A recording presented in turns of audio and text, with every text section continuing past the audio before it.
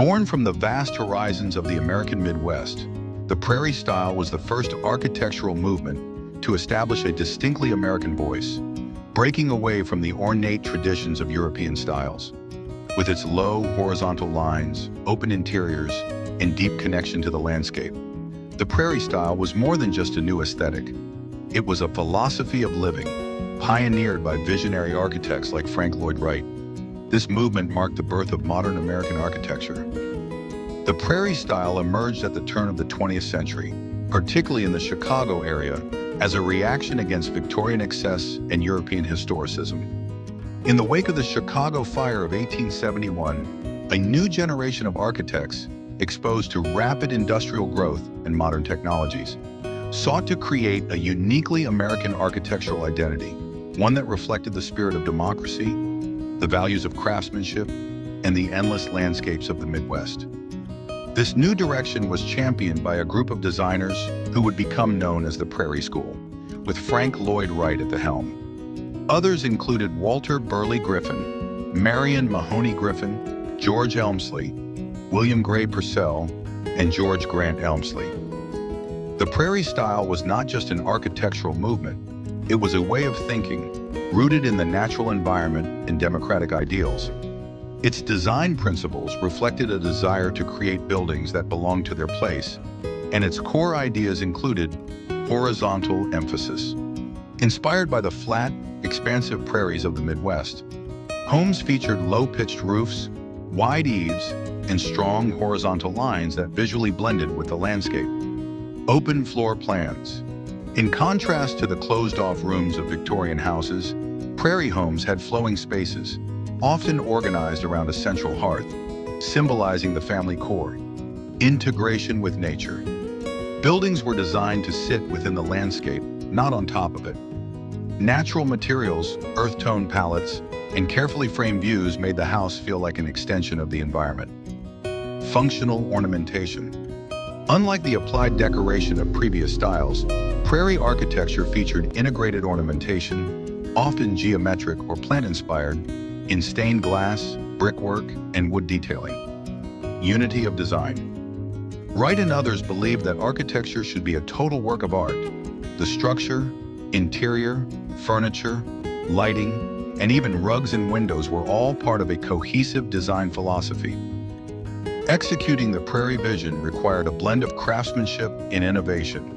Every home was site-specific, tailored to the needs of its inhabitants and the characteristics of the land. Materials and structure. Prairie homes used brick, stucco, wood, and stone, arranged in horizontal bands to emphasize grounding and stability.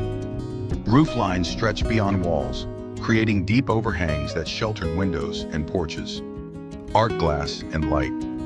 Leaded art glass windows, often designed by Wright himself, filtered light in patterns inspired by natural forms.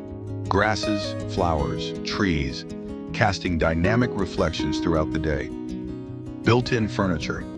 To reinforce spatial unity and reduce clutter, Wright incorporated built-in seating, shelving, and storage, eliminating the need for excessive furniture and keeping interiors open. Central hearth and hearth rooms. The fireplace became the literal and symbolic heart of the home, with spaces radiating outward like branches from a tree trunk, creating a sense of spatial harmony. Exterior-interior flow. Large windows, terraces, and open porches ensured a seamless transition between interior and exterior, encouraging occupants to engage with the outdoors. Though Frank Lloyd Wright was the movement's most renowned figure, the Prairie Style was a collaborative effort, shaped by a remarkable group of architects and designers, Walter Burley Griffin and Marion Mahoney Griffin. Innovators in landscape and architecture, the Griffins expanded the prairie ethos globally, most notably in their master plan for Canberra, Australia. Marion was also one of the first licensed female architects and a brilliant renderer of prairie visions. George Grant Elmsley. Known for ornamental design, Elmsley brought intricate detailing to prairie buildings, blending function and artistry.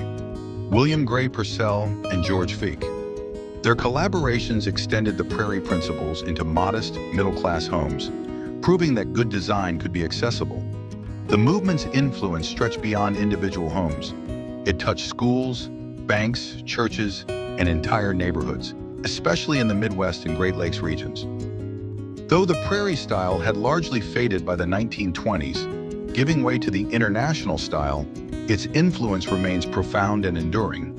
It introduced the open plan, now standard in residential design. It pioneered ideas of sustainability, site specificity, and integration with nature. It shaped the foundation for mid-century modernism, organic architecture, and contemporary minimalist design. In Frank Lloyd Wright's words, "The prairie has taught me to look to the horizontal line as the essence of serenity. And through every cantilevered roof, flowing interior, and quiet harmony with nature, the Prairie Style still whispers of that serenity born in the wide skies of the American Midwest." The Prairie Style was more than architecture. It was a philosophy of living, grounded in nature, shaped by community, and envisioned by some of the most innovative minds of the 20th century. If this exploration inspired you, subscribe for more in-depth journeys into the world's most meaningful and visionary art.